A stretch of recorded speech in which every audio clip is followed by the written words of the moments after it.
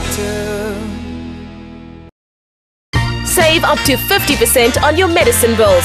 Ask your doctor or pharmacist if Pharmacodynamics has a generic medicine that's suitable for you.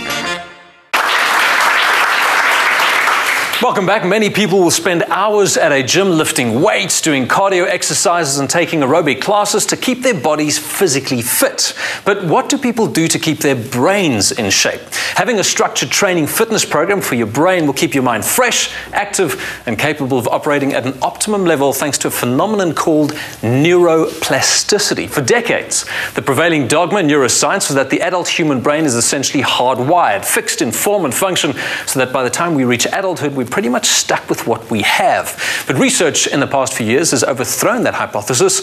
In its place has come the realization that the adult brain retains impressive powers of neuroplasticity, your brain's lifelong ability to reshape neural connections when faced with new experiences. In other words, anyone can improve their brain function no matter what their age. How? I'm so glad you asked. You see, your fitness program needs to concentrate on 4 areas: memory, attention, language, and visual-spacial skills. Now, memory, first and foremost, plays a crucial role in all cognitive activities, including reading, reasoning, and mental calculation. Trusha.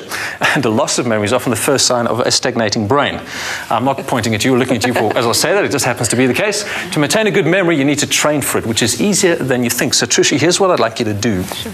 I want you to write out a grocery list with your non-writing hand. What hand do you normally write with? With my right hand. Really? So now take it in your left hand, and I want you to write down a list. I want you to get bread, milk, eggs, fish, and apples. Go for it. All right. Now, while Trusha's doing that, some other exercise you can do is, in fact, you could learn a new song. That stimulates acetylcholine. That's a chemical in your brain that results in brain growth and development. So let's see how you're doing, Trusha. I've got bread, milk, eggs. What were the other 2?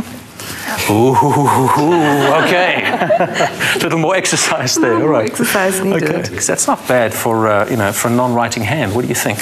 Okay, something you can do at home, very easy. Attention is the next one. Attention is necessary in nearly all daily tasks. Good attention enables you to maintain concentration despite noise and distractions and to focus on several activities at once. And we can improve our attention by simply changing our routine. So, Darren, I'd like you to look at the person on your left and right. You can choose, actually, and try to recall what they're wearing. In a moment, I'm going to ask you to close your eyes and recall. Other ideas, you can change your route to work, reorganize your desk, or rearrange the apps on your phone or your desktop. It'll force your brain to wake up from habits and pay attention again. All right, Darren, are you ready? Yeah. I'm going to ask you what you recall. Who've you kind of been staring at? Trisha. Trisha, on my right. All right, yeah, go for it. Trisha is wearing a black polo neck. Wow. Over that, she's wearing a red tunic. She's wearing stockings, and she's wearing kitten heels with 3 buckles. That is fantastic. You get the prize, Darren. That's brilliant. Okay, you don't need to train your brain anymore. This guy's brain is firing on all cylinders. Well done. Excellent. I picked the right guy for the task, eh? Well done, Darren. You've got a whole audience going, my word, he knows stuff. He notices detail. You know. It does help being the editor of a woman's magazine. So. Okay, I see.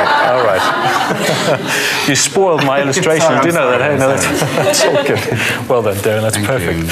So we've done memory, we've done attention. Language is next, Neuron. Language activities will challenge your ability to recognize, remember, and understand words, all right? They also exercise our fluency, grammatical skills, and vocabulary. With regular practice, you can expand your knowledge of new words and much more easily retrieve words that are familiar. You know that sense that you have when you're kind of looking for a word and it's on the tip of your tongue?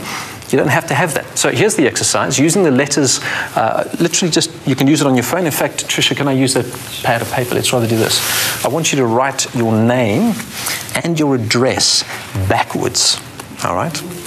Just again, it's a new experience, a new exercise. It's a great way of training your brain. All right, let's see what you can do. Nauru. That's very impressive, actually. And now the address. Can you see what we're doing? We're trying to change things a little bit, shake things up a bit, get your brain to kind of reorganize, rethink, get it uncomfortable, break habits, and keep it fit and fresh. And that's essentially what you're doing. And then you can do this at home. It takes you 2 to 3 minutes a day. You can do it in your car. The more we stimulate our brains, the better. So learn to play an instrument, do a puzzle, change in the dark. That's something you can do. There's plenty you can do to keep your brain fit. The key to mental fitness and vitality is to get regular new experiences and new challenges. Ironically, aside from these regular brain training activities, the best thing you can do to improve your brain's functioning is to do some physical training too. A paper published this month in the Neuroscience Journal showed that regular aerobic exercise enhanced cognitive performance by up to 6 times. Yet another great reason to get up, get out, and exercise. Save up to 50% on your medicine bills. Ask your doctor or pharmacist if Pharmacodynamics has a generic medicine that's suitable for you. I want to live the best life.